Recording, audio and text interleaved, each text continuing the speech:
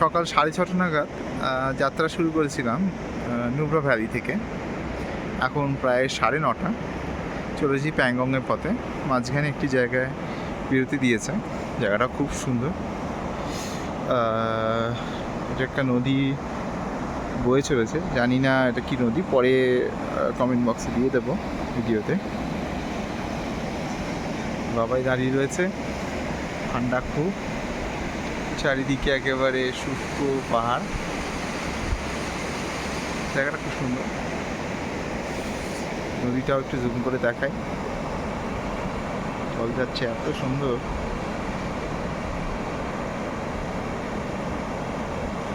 খুবই ভালো জায়গাটা।